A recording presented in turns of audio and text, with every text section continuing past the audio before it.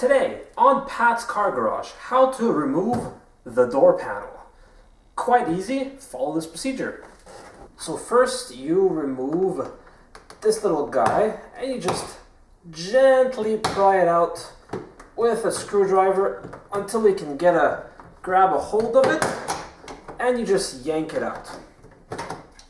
So what I like doing is with this, it lets you just, hang on to all your things in an easy way. So now I'm going to go ahead and unscrew the door lock pin, and I'm just going to place it into the little thing that I just pulled out, the little trim piece. Next thing, after reducing the exposure on the camera, of course, I'm going to remove the speaker grill. This isn't 100% necessary, but I've got pretty decent speakers in this car and I don't want to accidentally damage them, so this is just a precaution, so to speak. There you go, pull that off. Now I'm gonna remove the speaker.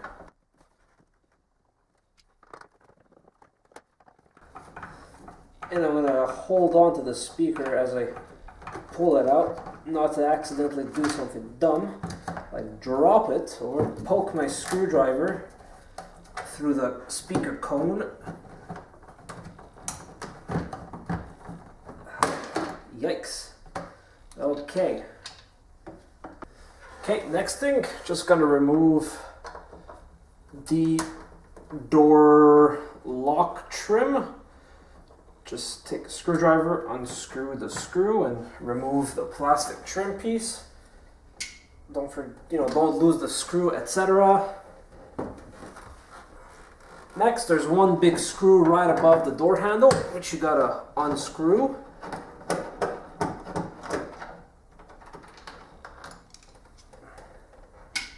And keep in mind, all W202s will have a very similar procedure for removing the door card, even if the trim or the panel is not exactly like mine. So now the next thing is, there's a little plastic kind of cover here. You pop it out.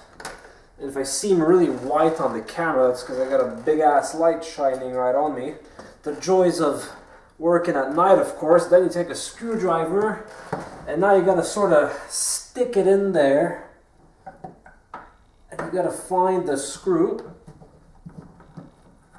and you unscrew it. And I lost the screw now. Okay, well now you've got all the screws out of the way. It's only a matter of clips. Now, normally it would help to have the window open. Unfortunately, I unplugged my battery already for that, so I'm gonna have to do it with the window closed. Not impossible, but just a little bit more annoying. But basically, you gotta go around the outside of the door perimeter, the door card perimeter, and you just gotta pop every clip out.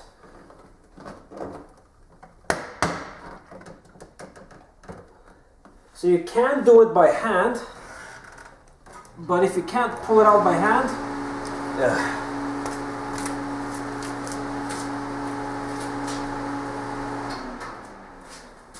if you can't do it by hand, then you just gently pry with a screwdriver, but I've done this plenty of times, on my car, so I know that it comes out.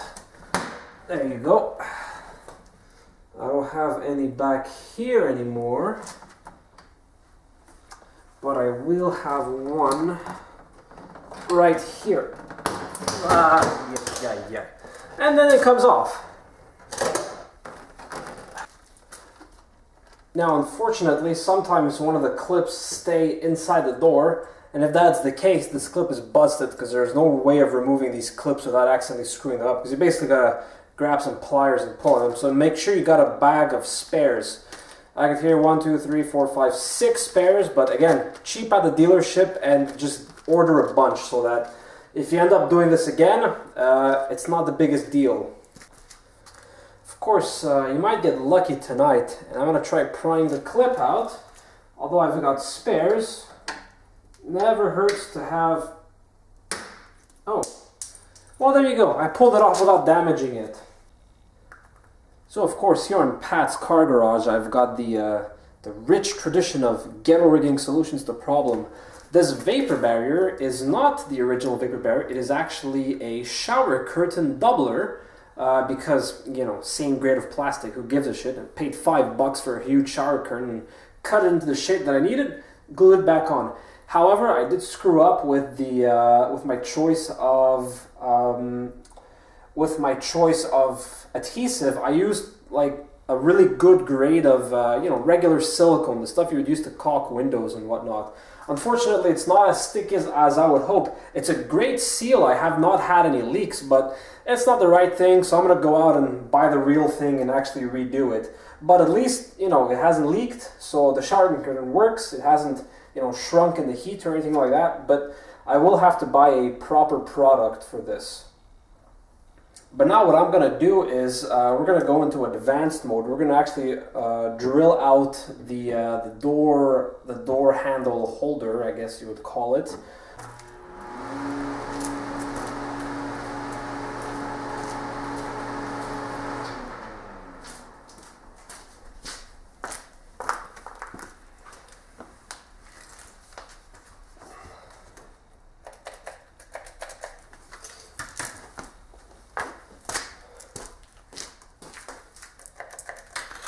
What the hell?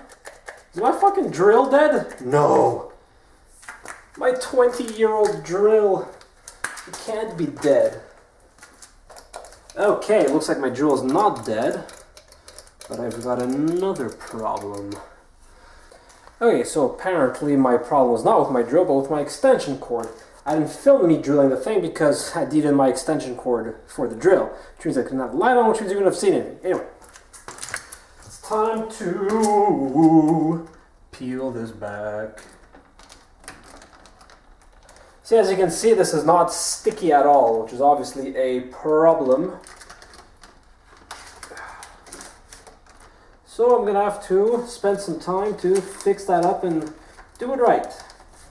Okay, so now you gotta learn from my mistakes, and my mistake was to use silicone to stick the vapor barrier back onto the door. Now that's a really dumb idea because once silicone cures, well, the damn thing doesn't stick to anything anymore. So obviously, not only does the vapor barrier doesn't stick back to it, you can't even.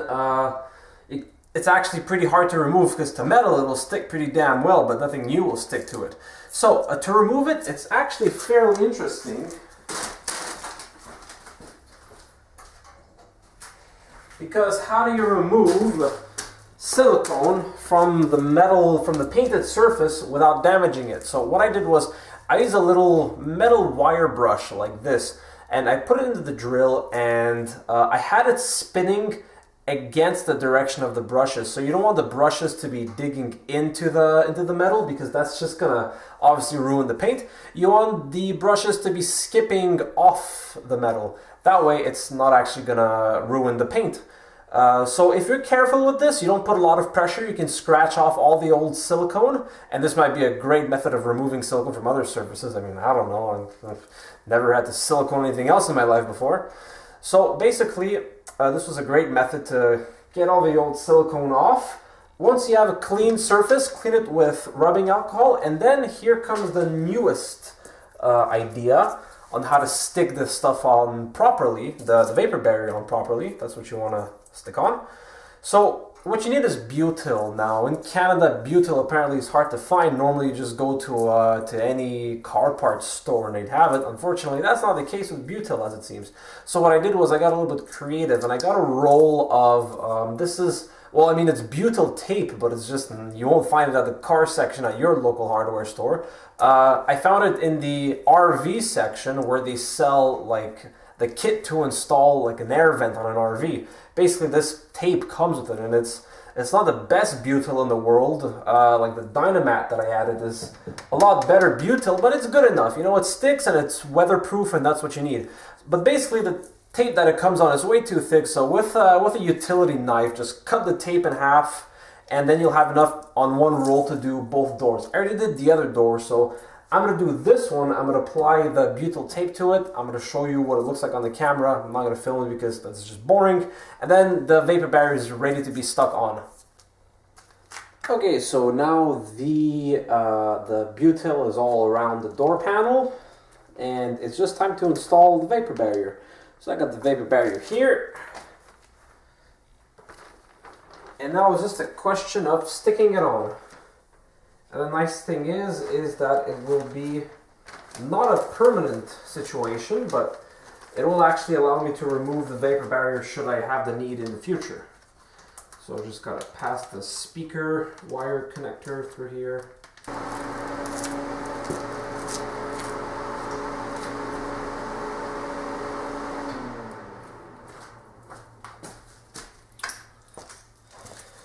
Okay, so now the vapor barrier is glued on. The next part is to reinstall the little door handle holder. And for that, you'll obviously need the door handle holder, and you will need a little riveting gun. Obviously, I just use a manual one. I don't expect anyone to have an air-powered riveter, and if you do, you're probably not the sort of person that watches this video, but you get yourself some rivets and your riveter.